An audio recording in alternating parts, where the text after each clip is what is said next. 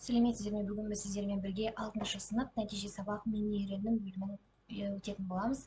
Алдын ала айтып өтейін, мен сіздерге ауызшада басқа да қандай нұсқаларын жазуға болады, соны айтып отырамын. Сондықтан видеоның соңына дейін тыңдап және бірге суретті қарап отырыңыздар. Ал бұның жауаптары ГДЗ-дан алынды. Алдағы уақытта егер сіздердің белсенділіктеріңіз жоғары болатын болса, мен міндетті түрде бұның жауаптарын жазбаша түрде өзімнің ойымнан бірнеше нұсқаларды салатын боламын. Кеттік. Бірінші тапсырма. Отан отбасынан басталады деген тақырып бойынша жаңа сөздерді қатыстырып постер жаса. Отан отбасынан басталады. Қазақ халқында отан отбасынан басталады деген терең мағыналы сөз бар.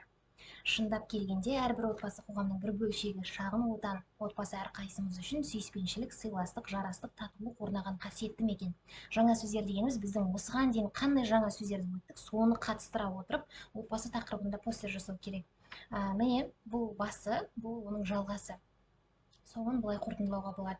Не де болса отанның бір бөлшегі, отбасыңа ештеңе де жетпейді. Өйткені отбасы табиғаттың әр адамға сыйлаған керемет бір сыйы. Соны мәңгі есте ұстап, сақтап ұмытпаған жөн. Немесе отанның бір бөлшегі отбасы болған сияқты, отбасы біздің жүрегіміздің де бөлшегіне айналуы тиіс. Себебі жанымызға да ең жақын жандар осы отбасы болып саналады деп аяқтауға болады. Келесі, синтетика, синектика. Қазіргі кезде оқушылар кітапты көп оқымайтын болды. 6 сынып оқушысына Абайдың атынан шағын хат жаз. Құрметті жас дос, бүгін сен 6 сынып оқушысы болдың, яғни Абай Құнанбаев болып сіз оқушыларға хат жазу керексіз.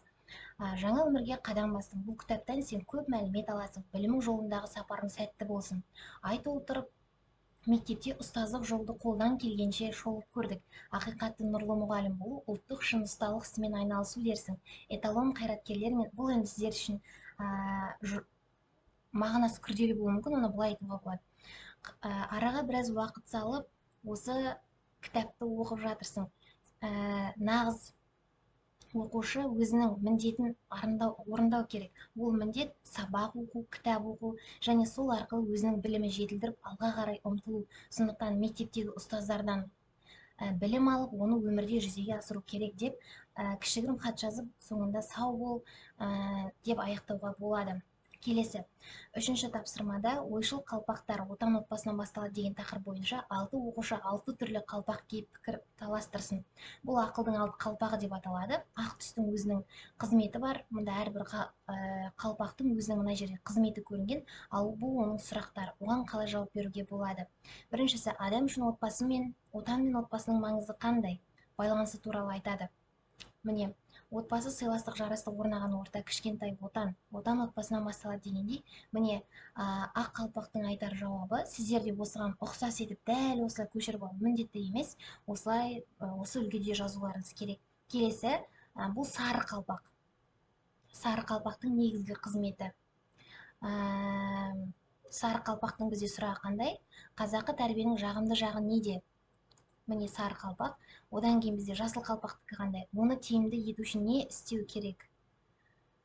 Міне бұл жасыл қалпақ және қызыл қалпақ. Міне тұр қызыл қалпақ. Жасыл қалпақтікі, қызыл қалпақтікі және көк қалпақтікі. Осылай осы үлгіде жазуға болады. Және 4-ші, отбасы мүшелерінің біріне мінездеме жаз. Яғни сіз өзіңіздің отбасыңыздағы бір адамды алып, сол туралы қандай қасиеті бар, соны жақсы сипаттайсыз. Мысалы, анаңызды, әкеңізді, сүйікті ініңізді, бауырыңызды, тіпті ата-әжеңізді де алуға болады. Мысалы, мында жерде анасын алыпты. Мен анамды жақсы көремін, себебі ол өте әдемі, көрікті, ақылды, үй шаруасының барлығына тиянақты, мейірімді және ақкөңіл адам.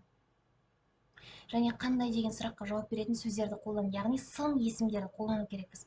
Бізде сын есімде бізде әдемі, көрікті, ақылды, үй шаруасына тиянақты, мейірімді, ақкөңіл деп алуға болады. Ал әкеңізді алатын болсаңыз, менің әкем мықты, күшті, еңбекқор, сыпайы, келбетті, бойы ұзын, сүйкімді, әзілқой деп әкеңізге де осыны сипаттама алуға болады.